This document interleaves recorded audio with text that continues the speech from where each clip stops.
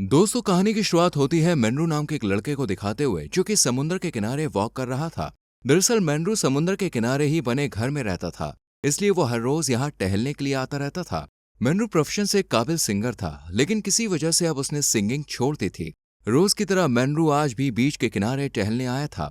थोड़ी देर तक टहलने के बाद जब मेनरू थक जाता है तो वो एक साइड आकर शांति से बैठ जाता है और यहाँ थोड़ा खाना वगैरह खाता है। इसके बाद मेनरू थोड़ी देर आराम करने का फैसला करता है और आंखें बंद करके लेट जाता है। लेकिन तभी इसे एहसास होता है कि कोई समुद्र में डूब रहा है। ये देखकर मेनरू जल्दी से गार्ड के घर की तरफ दौड़ता है ताकि उसकी हेल्प ले सके, क्योंकि मेनरू को स्विमिंग नहीं आती थी। लेकिन जब लाइफ गार्ड उसे घर पर नहीं मिला तो मेनरू एक लकड़ी का टुकड़ा लेकर अकेले ही समुद्र में उतर जाता है। मेनरू समुद्र में ढूंढता है लेकिन उसे कोई भी नहीं दिखाई देता। मेनरू का सिर्फ वहम था कि कोई समुद्र में डूब रहा है। स्विमिंग न आने की वजह से मेनरू डूबने लगता है, लेकिन तभी लाइफ गार्ड मौके पर आकर इसे देख लेता है और इसकी तरफ दौड़ने लगता है। इधर मेनरू को पानी में एक फूलदान मिलता है जिसे मेनरू पकड़ लेता है और कुछ ही देर बाद लाइफ गार्ड आकर मेनरू को बचा लेता है और समुद्र से बाहर ले आता है। लाइफ गार्ड की मदद से आज मेनरू की जान बच पाती है। दरअसल लाइफ गार्ड और मेनरू काफी पुराने दोस्त थे और अक्सर एक दूसरे के घर पर आया करते थे। कुछ देर ठहरने के बाद मेनरू फूलदान लेकर अपने घर वापस चला आता है और एक टेबल पर फूलदान को रख देता है और अपने घर के काम में लग जाता है एंड कुछ देर के लिए रेस्ट भी लेता है। जब रात होती तो मेनरू अपनी बाइक से बार में चला जाता है और यहाँ काफी ज्यादा ड्रिंक करता है। इसी बीच बार में एक आदमी आता है। ये वही शख्स था जिसकी कंपनी के लिए मेनरू गाने गाया करता था, इसलिए ये फिर से मेनरू को सिंगिंग करने के लिए कहता है और इसके बदले उसे पैसे का लालच भी देता है। लेकिन मेनरू साफ मना कर देता है। यहाँ हमें मेनरू के सिंगिंग छोड़ने की वजह पता चलती है। कुछ समय पहले मेनरू का भाई जिमी भी गाना गाना चाहता था, लेकिन मेनरू ने उसकी मदद करने से मना कर दिया था। इसलिए जिमी गुस्से में यहाँ से चला जाता है और रास्ते में उसकी कार का एक भयानक एक्सीडेंट होता है जिसमें जिमी की जान चली जाती है। इस डेथ का कसूरवार मेनरू खुद को मानता है, क्योंकि उसने जिमी की हेल्प करने से मना किया था। इसलिए मेनरू ने भी सिंगिंग छोड़ दी थी। इसके बाद मेनरू घर पर आ जाता है और फूलदान को साफ करने लगता है।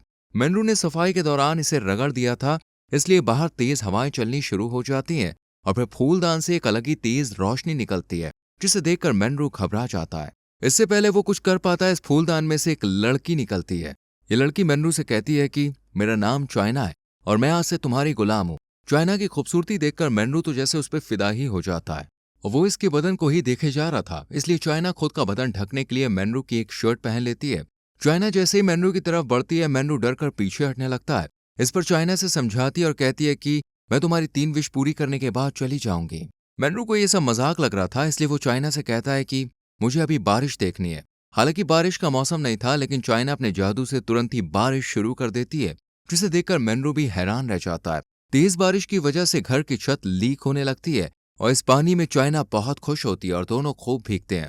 चाइना ने मेनरू की पहली विश पूरी कर दी थी, इसलिए वो काफी खुश होती है, क्योंकि वो मेनरू की 3 विश पूरी करने के बाद जल्दी से यहाँ से जाना चाहती थी।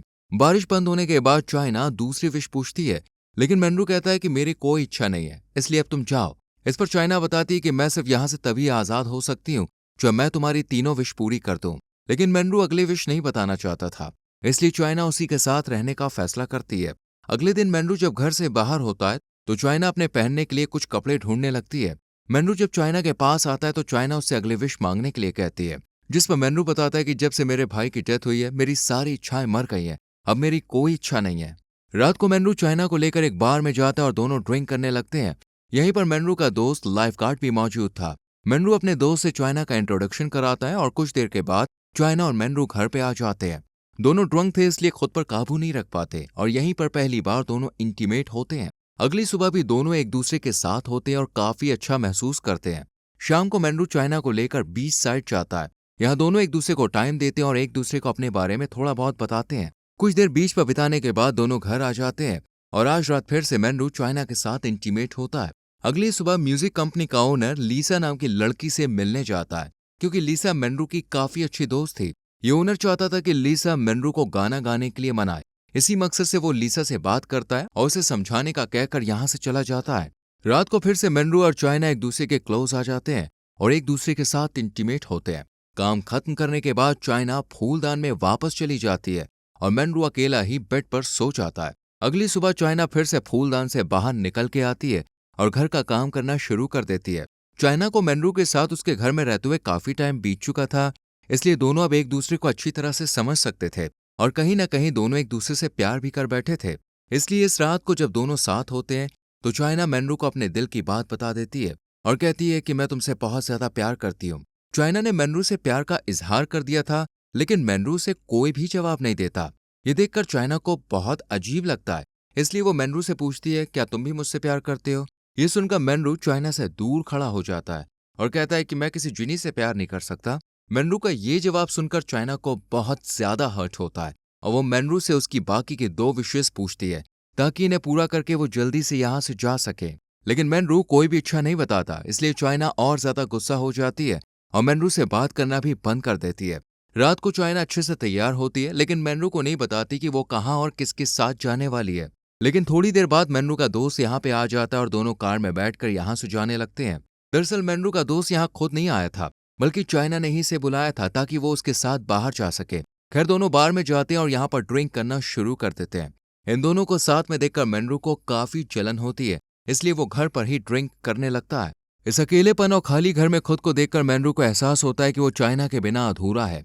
यही सब सोचकर मेनरू को समझ में आ जाता है कि सिर्फ चाइना ही उससे प्यार नहीं करती, बल्कि वो भी चाइना से उतना ही प्यार करता है, इसलिए वो उसके बिना नहीं रह सकता। अभी मेनरू ये सब सोच ही रहा था कि तभी इसकी दोस्त लीसा इसके पास आ जाती है। लीसा सिंगिंग की बात करने आई थी, उसे दोबारा सिंगिंग करने के लिए समझाने आई थी। लेकिन जब वो मेनरू को इतने नशे में देखती है तो वह ऐसी कोई बात नहीं करती। इसके बाद लीसा मेनरू के लिए कॉफी बनाती है ताकि उसका नशा कुछ कम हो सके। मेनरू कॉफी पीते पीते लीसा को अपने दिल का हाल बता देता है और जो भी चाइना के बारे में वो फील करता है, वो कैसे यहाँ आए, ये सब लीसा के साथ शेयर करता है। साथ ही मेनरू ये भी कहता है कि मैं चाइना से प्यार करता हूँ और आज मैं ये इजहार करने उसी के पास जा रहा हूँ। ये कहकर मेनरू यहाँ से चला जाता है, जबकि लीसा अब भी मेनरू के घर में ही होती है और यहाँ लीसा को वही फूलदान भी रखा हुआ दिखाई देता है। इधर हम मेनरू को देखते हैं जो चाइना के पास आ गया था। मेनरू चाइना के साथ घर चलने के लिए कहता है, लेकिन चाइना मेनरू से अब भी नाराज थी। इसलिए वो मेनरू से कहती है कि तुम तो मुझसे प्यार ही नहीं करते, तो फिर मैं तुम्हारे साथ क्यों जाऊं? मैं तुम्हारे साथ घर नहीं जा सकती। चाइना मेनरू पर बहुत ज्यादा गुस्सा होती है, इसलिए वो उसके घर जाना तो दूर, उससे बात तक करना पसंद नहीं करती। लेकिन मेनरू चाइना को घर ले जाना चाहता था ताकि वो अपने प्यार का इजहार कर सके, उसे बता सके कि वो भी चाइना से बहुत ज्यादा प्यार करता है। घर जाने की बात सुनकर चाइना को लगता है कि मेनरू सिर्फ उसे इच्छा बताने के लिए घर ले जाना चाहता है, इसलिए वो मेनरू से यही विश मांगने के लिए कहती है। चाइना का ये रूड बिहेवियर देखकर मेनरू को भी बहुत गुस्सा आता है और वो गुस्से में कहता है कि मेरी दूसरी विश ये है कि मुझे नॉर्मल सी एक लड़की मिल जाए। इस पर चाइना कहती है कि तुम्हें जल्द ही एक ऐसी लड़की मिल जाएगी। इसके बाद मेनरू अपनी तीसरी विश बताता है और कहता है कि तुम हमेशा के लिए वहीं चली जाओ जहां से तुम आई हो। ये विश मांगते ही चाइना की तबीयत खराब होने लगती है। ये देखकर मेनरू चाइना को संभालता है और जल्दी से उसे घर लाकर लेटा देता है। दरअसल चाइना की तबीयत इसलिए बिगड़ गई थी क्योंकि वो जाना चाहती थी, लेकिन फूलदान न होने की वजह से वो जा नहीं पाई। चाइना को मेनरू की तीसरी विश पूरी करने के लिए अब फूलदान की जरूरत थी।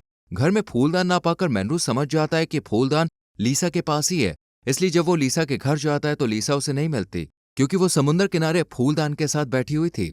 बट अगली सुबह लीसा को अपनी गलती का एहसास होता है और वो मेनरू को फूलदान दे देती है।